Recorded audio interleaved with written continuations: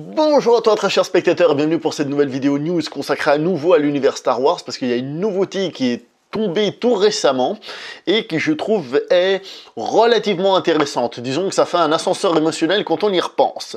Cette news, qu'est-ce qu'elle nous dit? Elle nous dit que Star Wars, une nouvelle série de films par les créateurs de Game of Thrones. En effet, il semble que David Benioff et D.B. Weiss, je le dis à l'allemand, D.B. Weiss, on va dire, les créateurs de la série Game of Thrones écriront et produiront une saga Star Wars, une nouvelle saga Star Wars. On ne sait pas encore de combien de films elle sera composée, mais ils feront une nouvelle saga.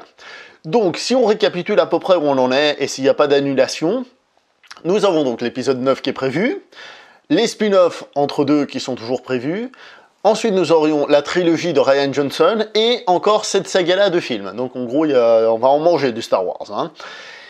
Alors, pourquoi est-ce que c'est une bonne et une mauvaise nouvelle? Eh ben, en fait, je vais vous donner la réponse qu'a dit Kathleen Kennedy, qui pour moi c'est la réponse à cette question. David et Dan font partie des meilleurs conteurs du moment. Leur maîtrise pour créer des personnages complexes, la profondeur de leur histoire et la richesse de leur mythologie vont permettre d'innover et de pousser avec audace l'univers Star Wars vers de nouvelles directions que je trouve incroyablement excitantes.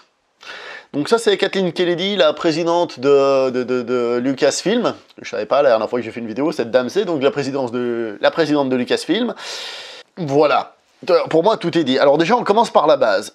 Ils font partie des meilleurs conteurs du moment, leur maîtrise pour créer des personnages, des histoires, etc., etc. Alors Game of Thrones, c'est en effet profond, c'est en effet intéressant et tout, mais dites-moi, c'est pas adapté de livre à la base, Game of Thrones? Y a pas un certain monsieur Martin derrière qui a écrit tout ça à la base?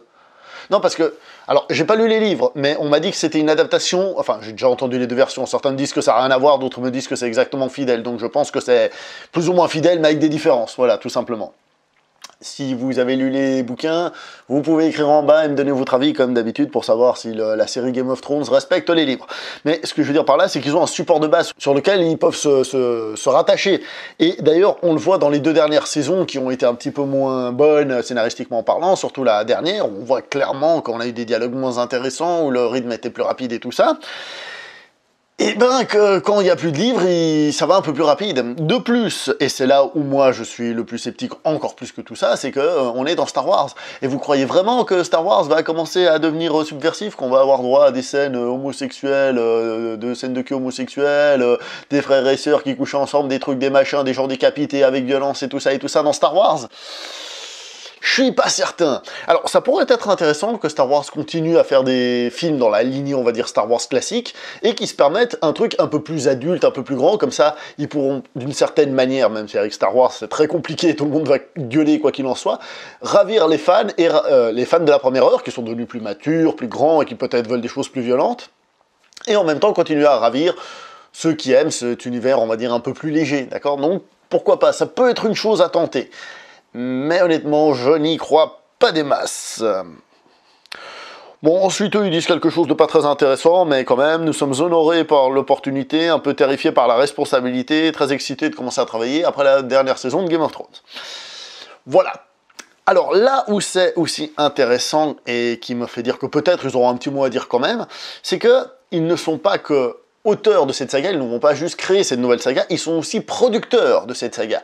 Et donc, peut-être qu'ils auront justement leur mot à dire, on espère, et que leur mot à dire sera intéressant. Mais en tant que producteurs, bah, ils seront, j'espère, un peu autre chose que des faiseurs. Sinon, petite autre news que j'ai pas là sur l'écran, mais que vous trouverez très facilement, il y en a plein qui mettent les deux news en même temps, mais ça m'intéressait plus de parler de cinéma que ça. Il y a une polémique qui est sortie à Disney, comme quoi ils n'engagent que des scénaristes, des réalisateurs et tout ça, qui sont blancs de peau. Alors déjà, je n'ai pas spécialement fait attention, parce que les scénaristes, les trucs et les machins, personnellement déjà, sur l'écran on les voit pas, donc j'ai pas fait spécialement attention à ça. Quant au fait qu'ils aient engagé que des personnes blanches, j'ai envie de dire je m'en fous, mais vous me direz si vous êtes quelqu'un de couleur, vous trouverez peut-être quelque chose de raciste là derrière. Je dirais qu'il faut simplement donner l'écriture et la réalisation à ceux qui ont le talent, et puis c'est tout, hein, pour que nous, public, blanc, noir, jaune, gris, vert, hein, on puisse être content de voir nos films. Donc s'il y a de la polémique dans le sens où ils respectent pas, je sais pas, certains quotas ou certains trucs, et qu'il y a en effet cette politique-là, qu'il la change, mais non pas pour une question de mettre des gens colorés ou des gens blancs ou de ce que vous voulez, juste pour qu'on ait des bons films. C'est la seule chose qui nous intéresse, nous ici public, j'espère. Bon, bah, je vais m'arrêter là. On se voit prochainement pour une prochaine vidéo news, une prochaine critique en post-projection, une prochaine critique poussiéreuse. En attendant, portez-vous bien s'il vous plaît. Ciao tout le monde!